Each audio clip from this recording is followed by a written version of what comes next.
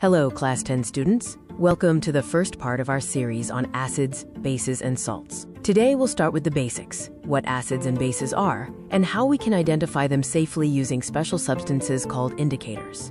You encounter acids and bases in your daily life more often than you think. From the food you eat to the cleaning products you use, they are everywhere. Think about the taste of lemon, vinegar, or tamarind. What do they have in common? They are all sour. Now let's consider soap, baking soda, or milk of magnesia. These feel soapy to touch and have a bitter taste. These are characteristics of bases. While tasting helps us identify some common acids and bases, it's not always safe, especially in a lab setting, as many are corrosive or harmful. So how do we identify acids and bases without tasting or touching them? The answer lies in using, quote, indicators. Indicators are special substances that change color when they come into contact with an acid or a base. They are like chemical traffic lights, signaling the nature of a solution.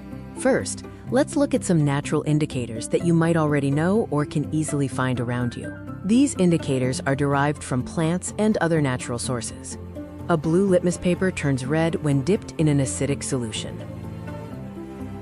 Conversely, a red litmus paper turns blue when introduced to a basic solution. This color change is a clear indication of a base. Think about a turmeric stain on your clothes. If you rub soap, which is basic, on it, the yellow turmeric turns reddish-brown. But rinse it with water, and it becomes yellow again. Some indicators change their smell in acidic or basic mediums. These are called olfactory indicators. For example, the distinct smell of onion disappears when exposed to a base, but its smell remains strong in an acidic solution. Similarly, vanilla extract loses its characteristic smell in a basic solution. Apart from natural indicators, we also use synthetic indicators, which are prepared in laboratories. Phenolphthalein is a popular synthetic indicator. It remains colorless in acidic solutions, but turns vibrant pink in basic solutions. Another common synthetic indicator is methyl orange. It turns red in acidic solutions and yellow in basic solutions.